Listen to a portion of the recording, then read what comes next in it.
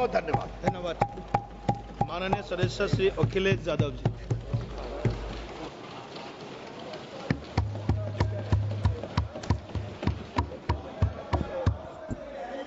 Please please. कोई बात नहीं।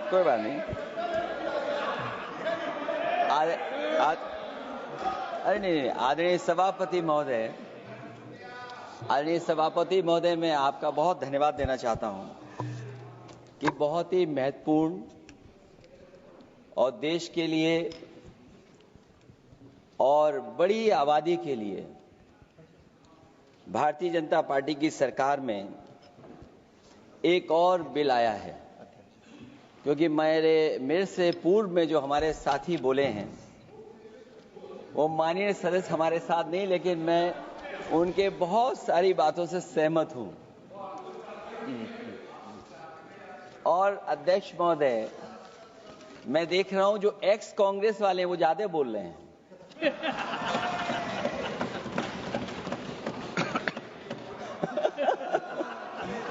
आदरणीय अध्यक्ष महोदय,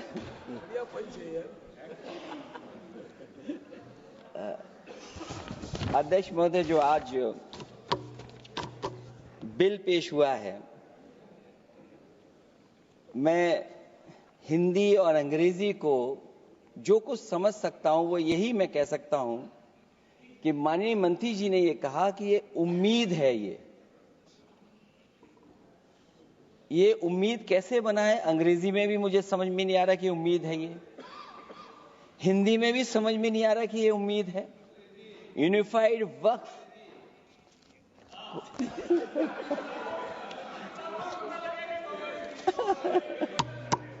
अध्यक्ष महोदय, यूनिफाइड वक्फ मैनेजमेंट, अध्यक्ष महोदय, मैं समझ सकता हूं कि मैं वो बात छेड़ना नहीं चाहता था, लेकिन क्या करूं, मजबूरी है अब। अध्यक्ष महोदय, अभी माननीय सदस्य लोग ये कह रहे हैं कि हमारे सदस्य नहीं है यहां पर जो हमारे साथी हैं, लेकिन अध्यक्ष महोदय मैं ये कहना चाहता हूं, ये जो बिल लाया जा रहा है, भारतीय जनता पार्टी में एक मुकाबला चल रहा है। भारतीय जनता पार्टी के अंदर मुकाबला चल रहा है कि खराब हिंदू कौन बड़ा है। और ये बात अध्यक्ष महोदय मैं ऐसे ही नहीं कह रहा हूं। जो पार्टी ये कहती हो कि दुनिया की सबसे बड़ी पार्टी है, अध्यक्ष महोदय वो अपना राष्ट्रीय अध्यक्ष नहीं चुन पाए अभी तक। अध्यक्ष महोदय, भारतीय जनता पार्टी क्या है?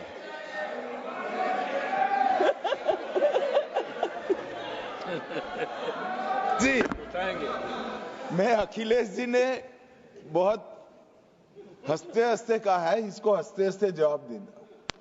इस सामने जितनी पार्टियां हैं उनका राष्ट्रीय अध्यक्ष उन 5 लोगों को ही चुनना है परिवार के। हमें माननीय अध्यक्ष जी करोड़ों सदस्यों में से 12-13 करोड़ सदस्य प्रक्रिया कर चुनना है तो देर लगती है। आपके यहां जरा भी देर नहीं लगेगी। मैं कह देता हूं अभी 25 साल तक आप अध्यक्ष हो जाओ, नहीं बदल सकता। अध्यक्ष महोदय, क्योंकि जो बात निकल के आई है वो मैं फिर आगे बढ़ा दूं।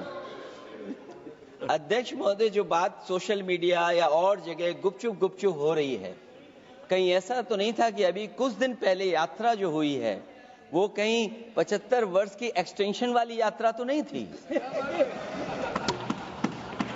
अध्यक्ष महोदय, ये जो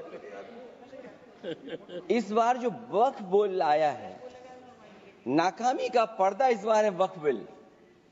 और नाकामी कोई एक आध नहीं है, मैं कई नाकामियां बता सकता हूं।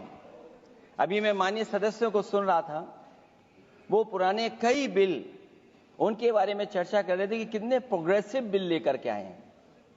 मुझे याद है मैं उत्तर प्रदेश में उस समय था और मुझे लगा कि शायद इनकी वो बात ठीक होगी।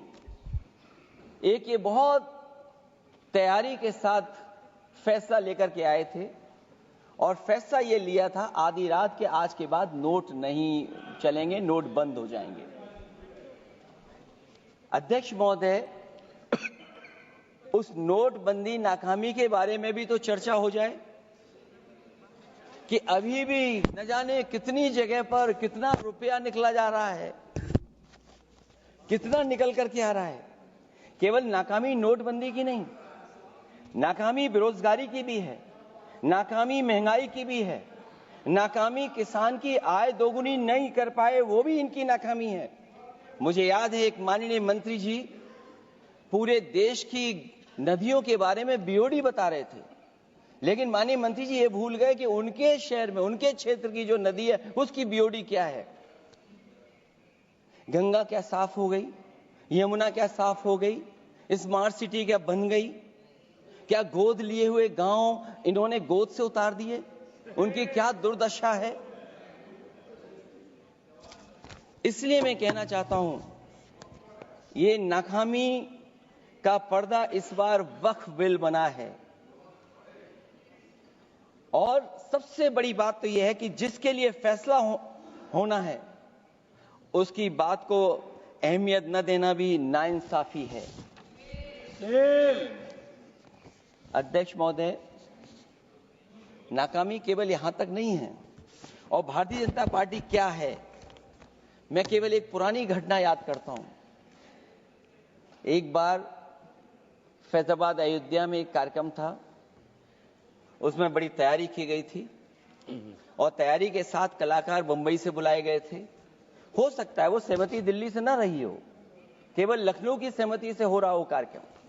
और जब कार्यक्रम की पूरी तैयारी हो गई, भगवान श्री राम बनकर के कोई आ गया, लक्ष्मण बनकर के कोई आ गया, मां सीता भी बनकर के कोई आ गया, हनुमान जी, और भगवान हनुमान भी बनकर के कोई आ गया। लेकिन जब लखनऊ से वो हेलीकॉप्टर उड़ा और अयोध्या पहुंचा तो सब लोग थे, लेकिन उसमें हनुमान नहीं थे। अध्यक्ष महोदय, मैं भारतीय जनता पार्टी के लोगों से कहूंगा कि जानकारी करिए कि आखिरकार भगवान श्री राम थे, लक्ष्मण थे, सीता थी, लेकिन हनुमान क्यों नहीं थे? हनुमान इसलिए नहीं थे, शायद उनकी जात या धर्म कुछ और था। अध्यक्ष महोदय, ये देश मिली जुली संस्कृति से चला है। कुछ हमने सीखा, कुछ उन्होंने सिखाया। और जो लोग ये कहते हैं कि हम सबको बराबरी का हक देते हैं, अभी कुछ दिन पहले ईद निकली है। अध्यक्ष महोदय, वो परंपरा रही है, न केवल मैं जाता हूं बल्कि कोई दल का नेता ऐसा नहीं न जाता हो उस कार्यक्रम में शामिल होने। भारतीय जनता पार्टी के जो मुख्यमंत्री, उप मुख्यमंत्री, वो भी जाते हैं, उप मुख्यमंत्री, सभी धर्मों के नेता आते हैं। लेकिन पता नहीं इस बार क्या साजिश थी, षड्यंत्र था कि वहां पर कुछ पाबंदी लगी हुई थी। अगर किसी कारण पाबंदी लगी हुई थी तो बात समझ में आती है, लेकिन जब जानकारी हुई है, किसी को नहीं पता था कि पाबंदी क्यों लगी है कि आप नहीं जा सकते वहां पर कार्यक्रम में शामिल होने। क्या यही भारत है, यही संविधान हमें रास्ता दिखाता है? अध्यक्ष महोदय, मंत्री जी बताएं हमें, वो खुद भी माइनॉरिटी हैं, भगवान बुद्ध के रास्ते पे चलते हैं। भगवान बुद्ध का रास्ता दूसरा है। हम आपको अपना मानते हैं तब भी जब आप हमारे बहुत सारे ग्रंथों को नहीं मानते, तब भी हम आपको अपना मानते हैं। आप हमारे पुराणों को नहीं मानते हैं, आप हमारे उपनिषदों को नहीं मानते हैं, लेकिन सोचिए, हम हिंदू वो लोग हैं जो आपको स्वीकार करते हो, गले लगा करके चलते हैं। अब मैं दूसरे धर्म पे नहीं जाऊंगा, कोई नाराज हो सकता है। मैं दूसरे धर्म के बारे में नहीं जा सकता, मैं केवल यही बताता हूं। और मैं उत्तर प्रदेश में, अध्यक्ष जी, जहां से आता हूं, मैं अपमान नहीं कर रहा हूं, मैं सच बोल रहा हूं। और ये बिहार के चुनाव में जो आप कह रहे हैं कि महिलाओं को 2 मेंबर बना दिया, इस बार मैं भी देखूंगा आगे भारतीय जनता पार्टी कितनी महिला लोगों को टिकट देंगे वहां पर।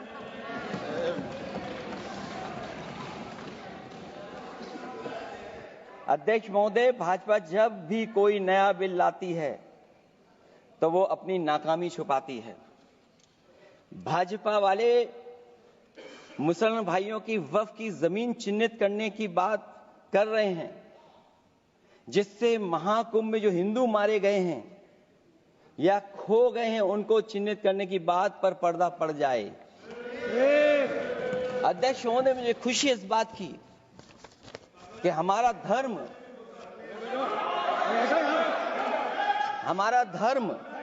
अध्यक्ष महोदय नहीं कुछ कहना चाहते हैं नहीं प्लीज, तुमको अलाउ नहीं किया। अध्यक्ष महोदय, कुंभ में आस्था सबकी है, कोई ऐसा नहीं जिसकी आस्था ना हो। और कुंभ कोई पहली बार नहीं हो रहा था। ये भारतीय जनता पार्टी के लोगों ने ऐसा प्रचार किया कि 144 वर्षों के बाद पहली बार महाकुंभ होने जा रहा है और लोग निकल पड़े। सरकार ने कहा कि हमारी तैयारी 100 करोड़ की है। आप कहते टेक्नोलॉजी का हम इस्तेमाल करेंगे, जमीनों को हम मैपिंग कर करके डेटा एंड रिकॉर्ड ठीक करेंगे।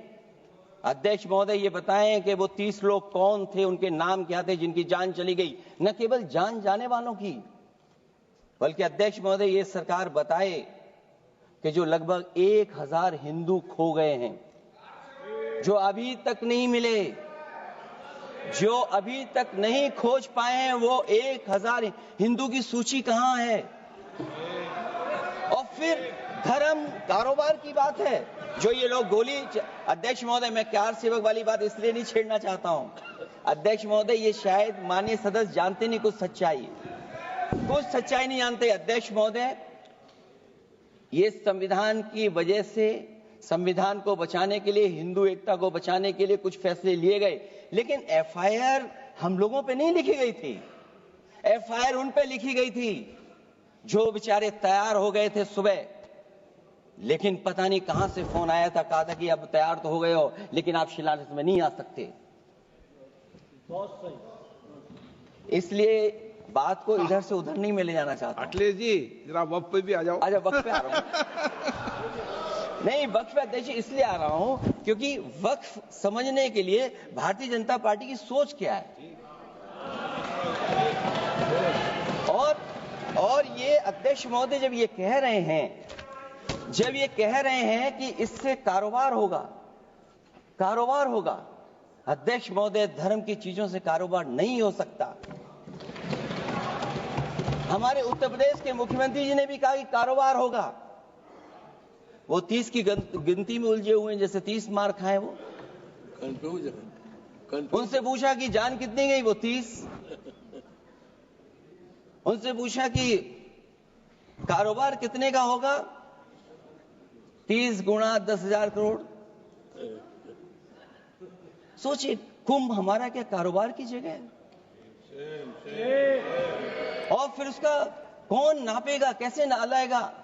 और फिर हमारे माननीय मंत्री जी कह रहे हैं कि जमीन, चाहे वो रेलवे की हो, चाहे वो डिफेंस की हो, वो भारत की जमीन है। मैं भी स्वीकार करता हूं कि रेलवे की जमीन भी भारत की है, डिफेंस की भी जमीन भारत की है। क्या डिफेंस की जमीन नहीं बेची जा रही मंत्री जी? अध्यक्ष महोदय, क्या रेलवे की जमीनें नहीं बेची जा रही हैं?